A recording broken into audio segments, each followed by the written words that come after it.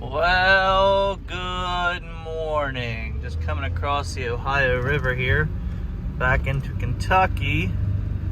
Roll into Louisville and make our last drop.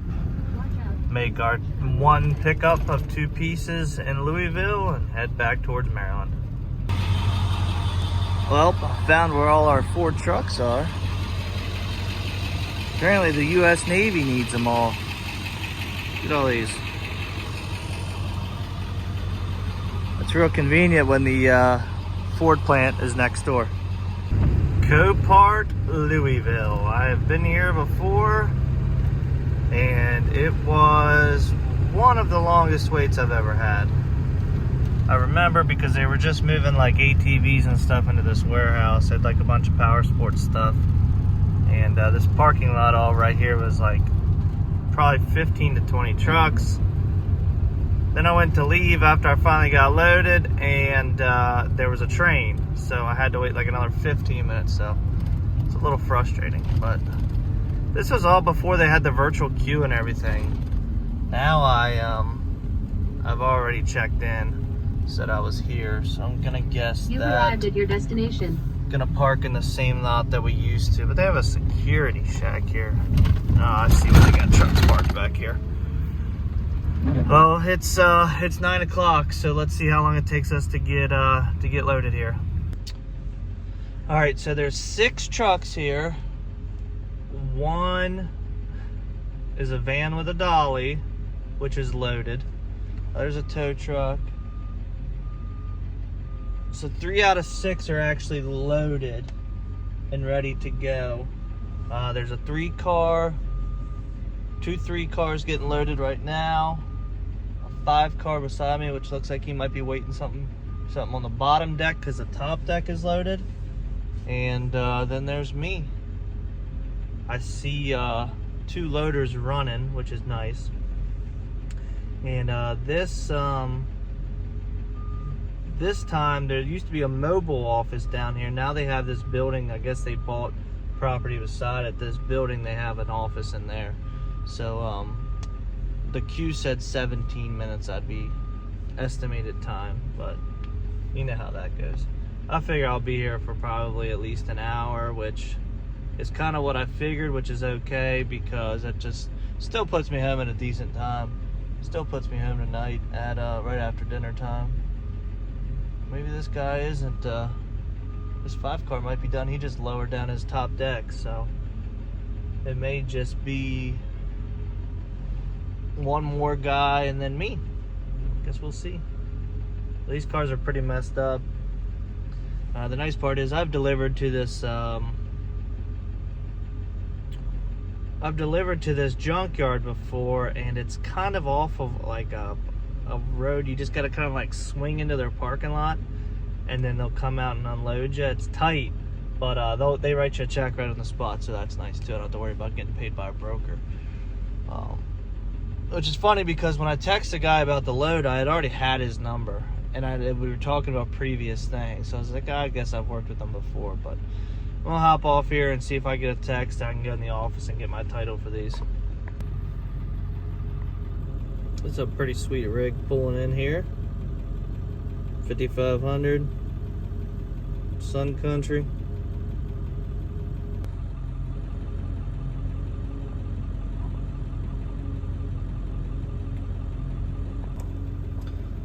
On this episode of the Stuff You See at Copart, yes, those are 1-inch straps. This gentleman's going to use 4 1-inch straps to secure this truck. Okay, I lied. They're only going to use 2 1-inch straps. They're done securing this thing. Well, here's a closer look. I should hold it.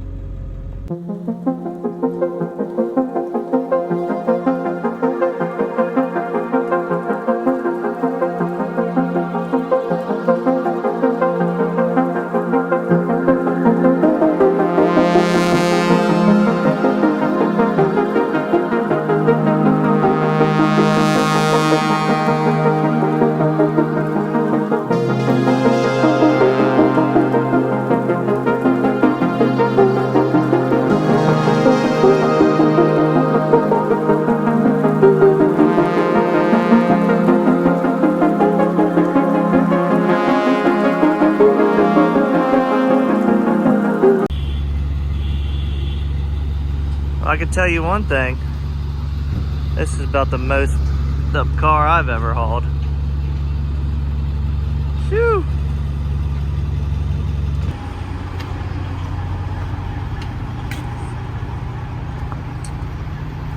Why?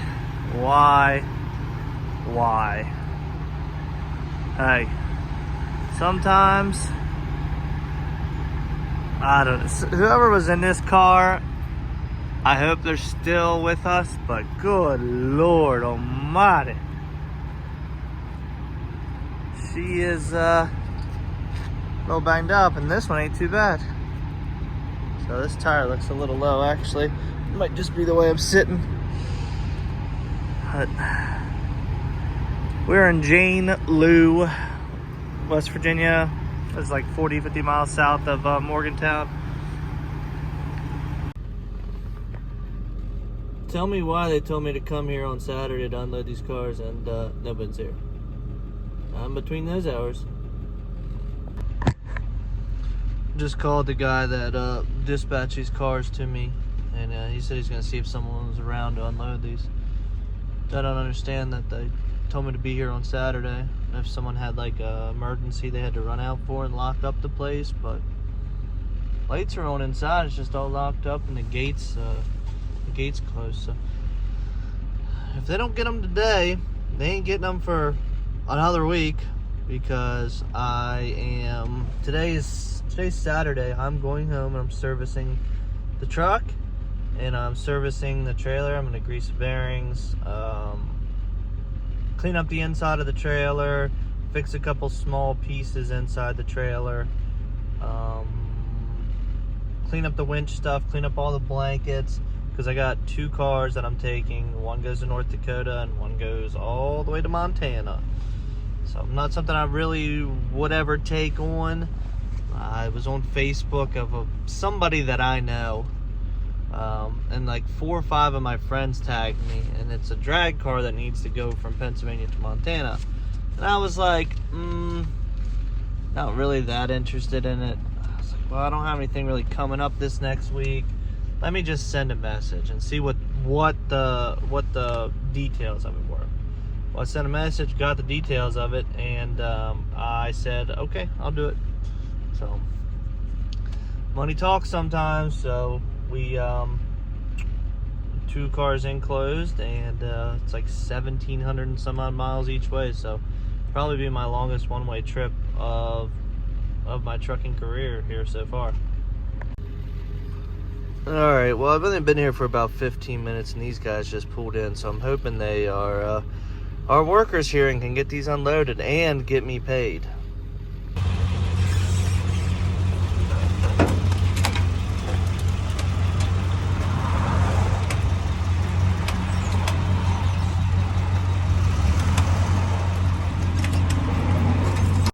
Alrighty, well, time to get this thing ready to go to Montana.